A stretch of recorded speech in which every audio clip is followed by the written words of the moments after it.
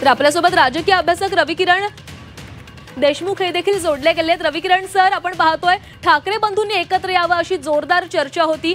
आज ठाकरे बंधू चर्चा करतायत आणि ही राजकीय दृष्ट्याच चर्चा मानली जाते, त्यामुळे आगामी काळामध्ये पालिका निवडणुकांमध्ये एक वेगळं चित्र पाहायला मिळतंय। काय वाटतंय? या चर्चेमध्ये पक्षाचे नेतेही सहभागी आहेत, त्यावरून विषय हा पक्षापुढच्या भूमिका, दोन पक्ष एकत्र येत असताना कुठल्या मुद्द्यांवर काय काय ठरवायचं, पुढची वाटचाल कशी असेल, बहुधा हाच विषय असणार। कारण ही जर कौटुंबिक भेट असते तर दोघे भाऊच फक्त भेटले असते।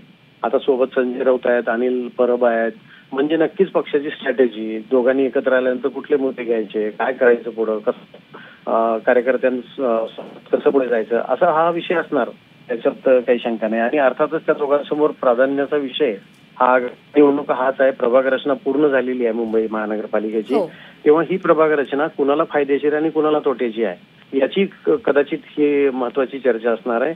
कारण प्रभागामध्ये एक एक कॉलनी जरी समजा या भागातून त्या भागात गेली तर निवडणुकीवर मोठा परिणाम होतो। मतदार हक्काचे असतात, ते मतदार जर इकडचे तिकडे झाले तर त्या त्या पक्षाच्या ताकदीवर त्याचा परिणाम होतो।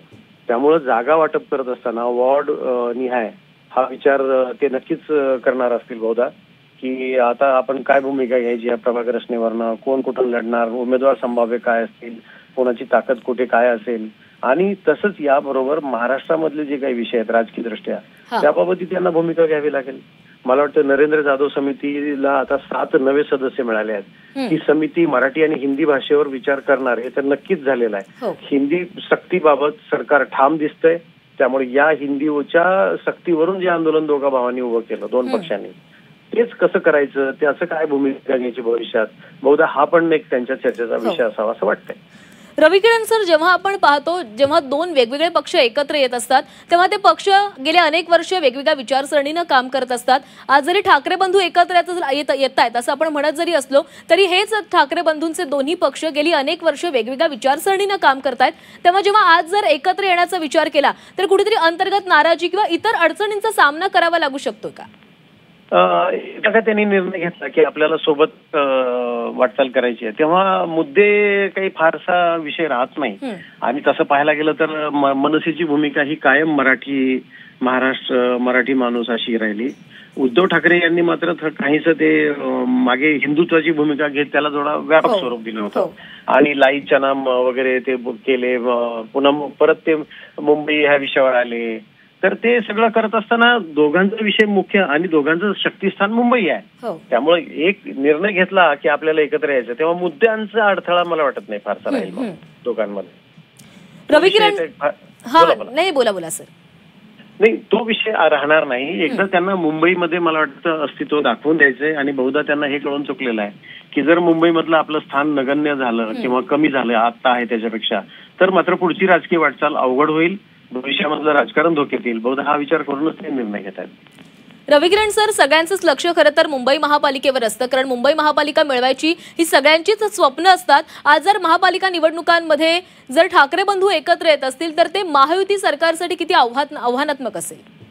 मुंबई एका राज्याचं लघु स्वरूप असल्यासारखं आहे। 60,000 कोटीचा जवळपास अर्थसंकल्प आहे। कुठल्याही राजकीय पक्षाला मुंबईवर निरंकुश सत्ता हवी असते। मुंबईचं अनन्यसाधारण महत्व, आर्थिक राजधानी म्हणून असलेलं स्थान, शिवाय इथले अनेक घटक त्याला कारणीभूत आहेत। त्यामुळे महायुती सरकार समोर आव्हान उभं करणं हे पहिलं ध्येय असणार आहे ठाकरेंचं।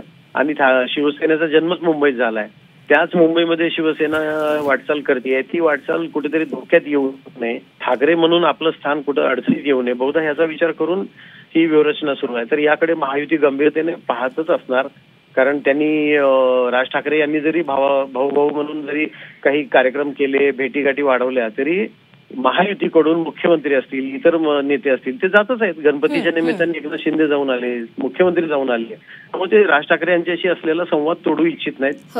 त्यांना बहुधा अजूनही आशा आहे की वेगळी काही भूमिका झाली, ठाकरे वेगळे लढले तर आपला फायदा आहे।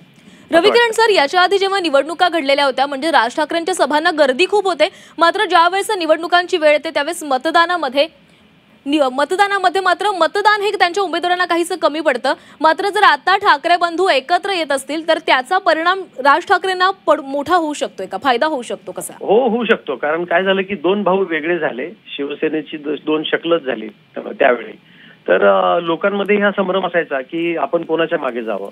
म्हणजे राज ठाकरे यांना मानणारा, ठामपणे त्यांच्यासोबत उभा राहणारा मतदार आणि त्यांना मत द्यावं की नाही असा विचार करणारा मतदार, यात संभ्रम होता. कारण राज ठाकरे भविष्यात काय भूमिका घेतील, नेमकं त्यांचं स्थान काय असेल निवडणुकीनंतर, त्यांचं ते ठामपणे सक्षमपणे भूमिका बजावतील का, या शंकेमुळे कदाचित त्यांचा मतदार दूर गेला आणि त्यांचं नुकसान झालं.